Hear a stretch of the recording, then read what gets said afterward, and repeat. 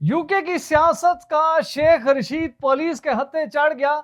Labour हुकूमत के MP Michael ली एम्सब्रो ने शहरी पर तशद्दुद कर दिया।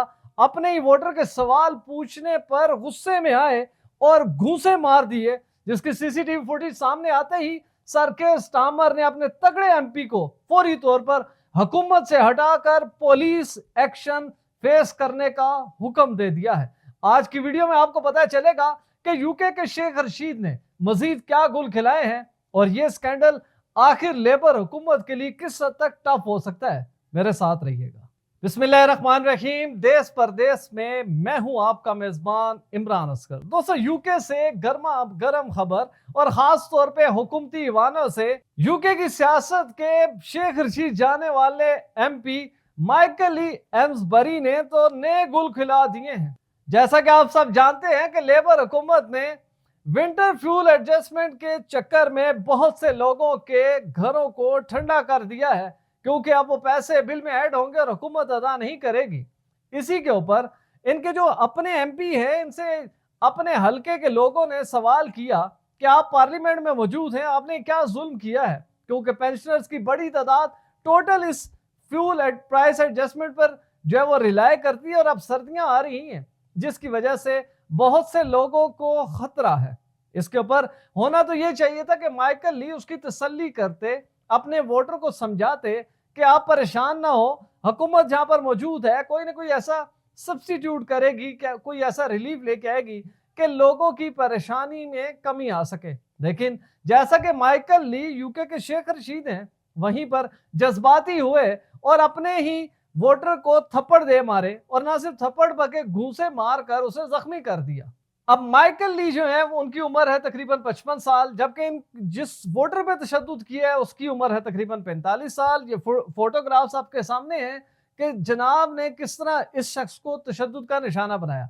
अच्छा, अब इस वाकये की सीसीटीवी फुटेज मंजर आम पर आ चुकी है, जिसको ब्रिटिश मीडिया ने पूरी तरह भरपूर करके चलाया है, जिसके बाद सर के स्टामर ने इस वाकये का नोटिस ले लिया है। उन्होंने फौरी तौर पर ना सिर्फ माइक ली को सस्पेंड कर दिया है, बल्कि हुक्म दिया है अपनी पूरी हुकूमत को कि माइक ली को फौरी तौर पर रिलीज कर दिया जाए और ये पूरी तरह अपना केस फाइट करें, पुलिस के पास जाएं और अपनी बेगुनाही साबित करें। दोस्तों, यूके पुलिस के मुताबिक ये वाकया पेश आया था 26 अक्टूबर 2024 की रात तकरीबन 2:30 बजे।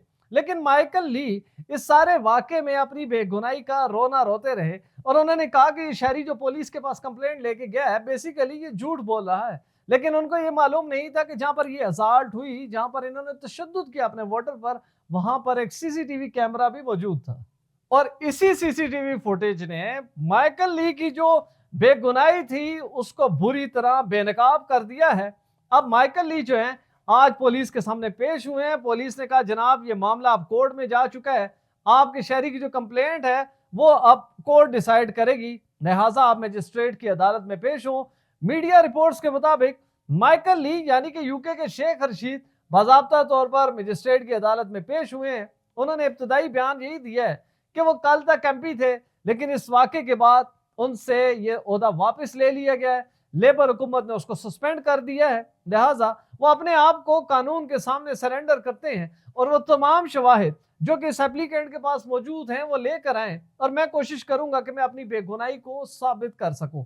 दोस्तों, जैसा कि आप जानते हैं कि यूके हुकूमत और इससे होने वाले इकदाम से लोग खासे हाइपर हैं। अब आप अंदाजा कर ले इस वाक्य से कि यूके जैसा मुल्क भी, जहां पर बहुत ही सिविलाइज किस्म की सियासत होती है, वोटर बड़ा क्वालिफाइड होता है, उसको पता होता है कि डेमोक्रेसी क्या है, लेकिन ये जो हरकत हुई, ये सब वाज़े तौर पर लग रहा है कि यूके भी एशिया की थर्ड वर्ल्ड बनने जा रही है, क्योंकि इस तरह के वाकयात बहुत कम होते हैं। और एक एमपी जो है, अगर वो अपने वोटर्स को इस तरह मारना शुरू कर देगा तो पीछे क्या बचेगा। दोस्तों, यूके के शेख रशीद यानी कि माइकल ली एम्सबरी की थोड़ी सी प्रोफाइल ये है कि इन्होंने सियासत का आगाज तकरीबन 2000 में किया, मैनचेस्टर कौंसिल के मेंबर बने और उसके बाद ये एडवाइजरी और मुख्तलिफ ओहदों पर फाइज रहे। लेकिन 2014 में इन्होंने बाज़ाब्ता तौर पर कौमी सियासत का आगाज किया।